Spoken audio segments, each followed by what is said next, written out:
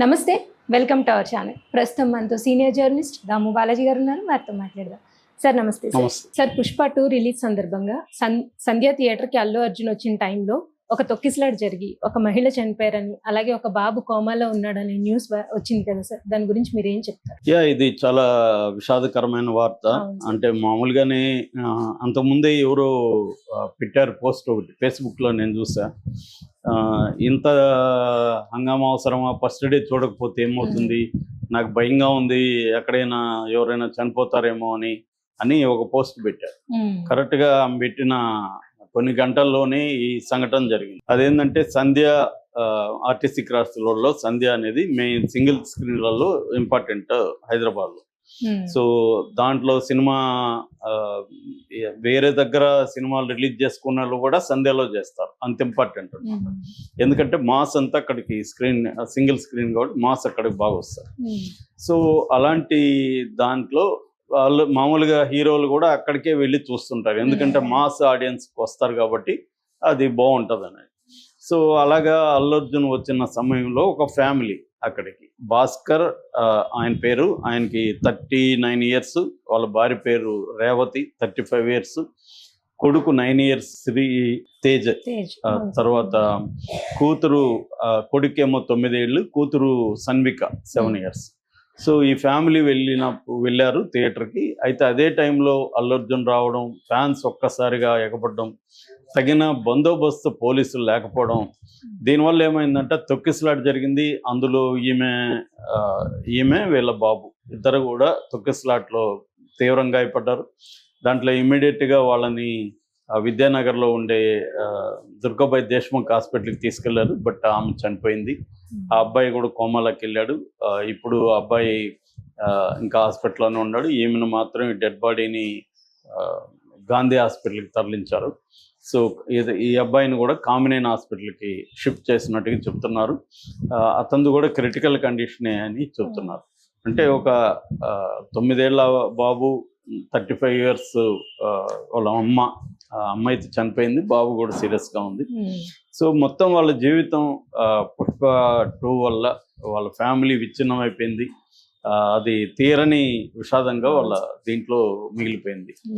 So ఇది మామూలుగా మనకి ఇట్లా జరిగినప్పుడు పోస్ట్ ఫ్యాక్టరల్ అనాలిసిస్ అంటాం మనం, అంటే జరిగిన తర్వాత అనలైజ్ చేసుకోవడం. ఎందుకంటే దీన్ని జరగకుండా ఇలాంటివి ప్రివెంట్ చేయాలంటే ఏం చేయాలనేది బేసిక్ గోల్గా ఉంటుంది, ఆబ్జెక్టివ్. మామూలుగానే ఇటువంటివి జరుగుతున్నప్పుడు ఎక్కడో ఏదో ఒక రకమైన ప్రమాదాలు, అంటే పెద్ద ఎత్తున క్రౌడ్స్ రావడం, దీనివల్ల ముఖ్యంగా ఈ మాస్ లంపెన్ యూత్ వాళ్ళు ఏంటంటే వాళ్ళకి చాలా రఫ్గా బిహేవ్ చేస్తారు.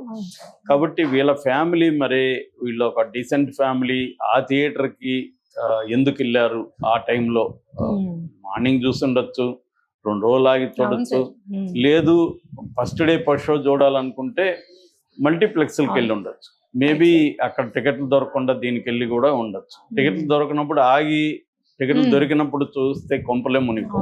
అంటే దీంట్లో కొన్ని విషయాలు ఉన్నాయి. ఒకటి, ఒక భయంకరమైన హైప్ క్రియేట్ చేస్తారు. హైప్ క్రియేట్ చేసి ఫోమా అంటారు, ఫియర్ ఆఫ్ మిస్సింగ్ అవుట్ అనే కాన్సెప్ట్ వరల్డ్ వైడ్గా ఇప్పుడు పాపులర్ అనమాట.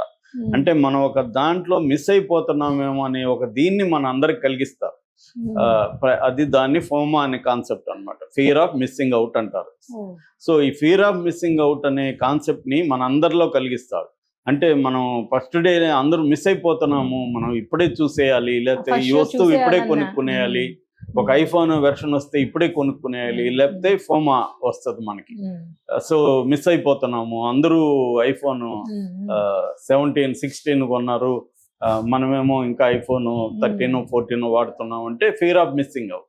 సో ఈ ఫియర్ ఆఫ్ మిస్సింగ్ అవుట్ వల్ల నిజానికి నీకు ఐఫోన్ నీకు అవసరమా? నువ్వు దాంట్లో ఫీచర్స్ నీకు అవసరమా? అంత డబ్బులు పెట్టడం దానికి అవసరమా? దాంట్లో 20% పెడితే కూడా అదే ఫీచర్స్ నీకు అందుబాటులో ఆండ్రాయిడ్లో ఉంటాయి. కానీ మొన్న కూడా ఎవరో ఒక అతను నన్ను కలిసినప్పుడు ఏదో మాట్లాడుతుంటే అతను పక్కకు పిలిచి, దాము నాకు అసలు ఐఫోన్ నా దగ్గర ఉంది కానీ నాకు వాడడమే రాద్దాము అని నా దగ్గర కన్ఫెస్ చేశాడు. సో ఎందుకంటే వీళ్ళందరికీ ఏంటంటే ఒక ప్రెస్టేజ్ లాగా పెట్టేసి చేస్తారు. అట్లాగే సినిమా ఇది కూడా ఏం చేస్తుందంటే వాళ్ళ హైపు, వాళ్ళ వ్యవహారం అంతా ఈ రోజే చూడాలి, ఫస్ట్ డే చూడాలి, నైట్ బెనిఫిట్ షోలు వేస్తున్నారు, బెనిఫిట్ షోకి వెళ్ళిపోవాలి అంటే అందరికంటే ముందు చూసేయాలి, అందరికంటే ముందు నేను ఉండాలి అన్న ఒక దీన్ని ఏంటి 4 రోజుల తర్వాత చూస్తే కొంపలే మునిగిపోవు, ఇంకా రివ్యూలు వస్తాయి, రివ్యూలు వచ్చినాక చూడొచ్చు. ఈ ఒక మేనియా అంటారు, ఈ మేనియాని అన్ని రంగాల్లో ఇది కన్జ్యూమర్ సొసైటీ క్రియేట్ చేసే మేనియా.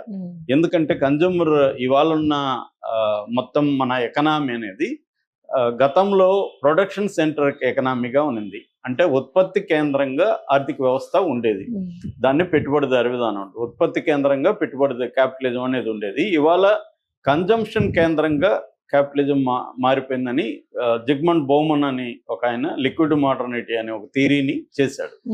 అంటే ఈ కన్జంప్షన్ కేంద్రంగా ఉన్న ఈ క్యాపిటలిజం ఏం చేస్తుందంటే ప్రతి మనిషిని కన్జ్యూమర్గా మార్చాలి. ప్రతి మనిషిని కన్జ్యూమర్గా మార్చాలంటే అవసరం స్థానంలో డిజైర్ని తీసుకురావాలి, నీడ్ ప్లేస్లో డిజైర్ రావాలి.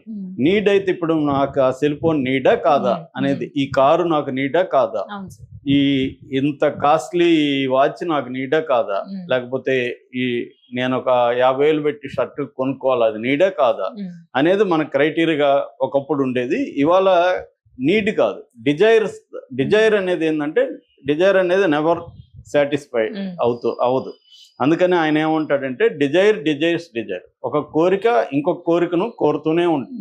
అంటే ఇప్పుడు నాకు కారు కొనాలని కోరిక, నేను ఒక కారు షిఫ్ట్ కొన్నాను అనుకో, మారుతి షిఫ్ట్, ఆ కోరిక ఇంకా చచ్చిపోవాలి కదా, కారు వచ్చేసింది కదా, కానీ ఈ కోరిక ఇంకొక పెద్ద కారు, ఇంకొక రిచ్ కారు, ఇది నెవర్ ఎండింగ్ వ్యవహారం అన్నమాట. ఇది అన్నిట్లో కూడా ఇదే ఉంటుంది.